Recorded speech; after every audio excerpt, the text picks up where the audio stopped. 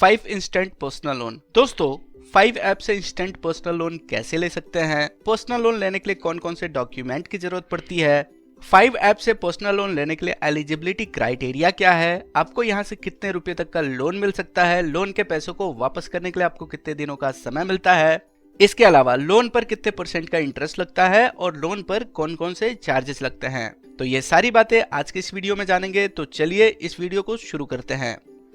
सबसे पहले जानते हैं कि 5 इंस्टेंट पर्सनल लोन ऐप से आप किस किस पर्पस के लिए लोन ले सकते हैं।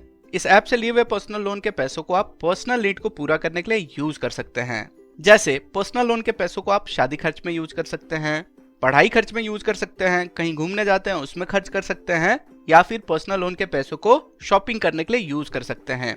यानी कुल मिलाकर पर्सनल लोन के पैसों को आप पर्सनल नीड को पूरा करने के लिए यूज कर सकते हैं। अब जानते हैं कि इस ऐप से पर्सनल लोन लेने के लिए एलिजिबिलिटी क्राइटेरिया क्या है, यानी इस ऐप से किन किन लोगों को पर्सनल लोन मिल सकता है। सबसे पहले इस ऐप से पर्सनल लोन लेने के लिए आप एक इंडियन सिटीजन होने चाहिए, आपकी जो एज है वो 21 ईयर्स से ज्यादा की होनी चाहिए, इसी के साथ आपके पास इनकम प्रूफ भी होना चाहिए। अगर आप इन एलिजिबिलिटी क्राइटेरिया को पूरा करते हैं तो इसके बाद आपको जरूरत पड़ती है डॉक्यूमेंट्स की।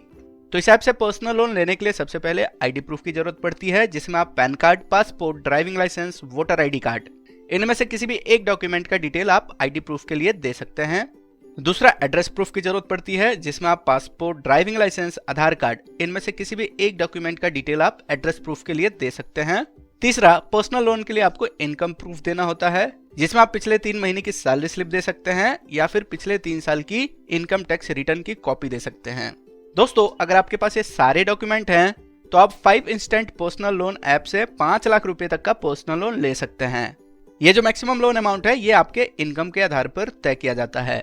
अब बात आती है कि पर्सनल लोन के पैसों को कितने दिन में चुका सकते हैं या फिर रीपेमेंट कर सकते हैं।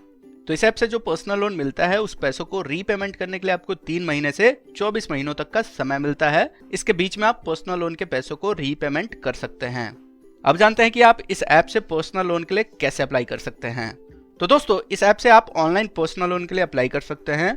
इसके लिए सबसे पहले अपने फोन में 5 पर्सनल लोन ऐप को डाउनलोड करके इंस्टॉल करेंगे। अब अपने फोन नंबर से 5 पर्सनल लोन ऐप पर साइन अप करेंगे। अपने पैन नंबर की जानकारी देने के बाद अपनी एलिजिबिलिटी क्राइटेरिया चेक करेंगे। इसके बाद केवाईसी डॉक्यूमेंट जैसे आईडी प्रूफ और एड्रेस प्रूफ की जानकारी देने के बाद अपने लोन प्रोफाइल को वेरीफाई करेंगे।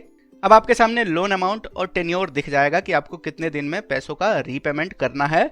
इसके बाद अपने बैंक अकाउंट की जानकारी देने के बाद लोन का पैसा आप अपने बैंक अकाउंट में मंगा सकते हैं। अब आगे जानते हैं कि लोन लेते समय या फिर लोन लेने के बाद आपको कौन कौन से चार्जेस देने होंगे। तो इसमें सबसे पहले आता है इंटरेस्ट रेट।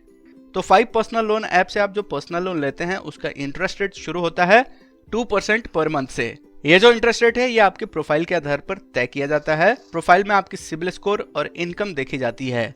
अगर आपका सिबिल स्कोर अच्छा है तो पर्सनल लोन पर कम से कम इंटरेस्ट लगता है। अब आगे चार्जेस की बात करें तो लोन अप्लाई करते समय आपको प्रोसेसिंग फीस देना होता है, जिसमें लगभग लोन अमाउंट का 2% और इसके साथ जीएसटी भी लगता है। इसके अलावा और भी कई तरह के चार्जेस लगते हैं, जैसे stamp duty charge, loan foreclosure charge, late payment charges, EMI bounce charges, pre closure charges. तो लोन अप्लाई करते समय इन चार्जेस का लिस्ट आपको मिल जाएगा।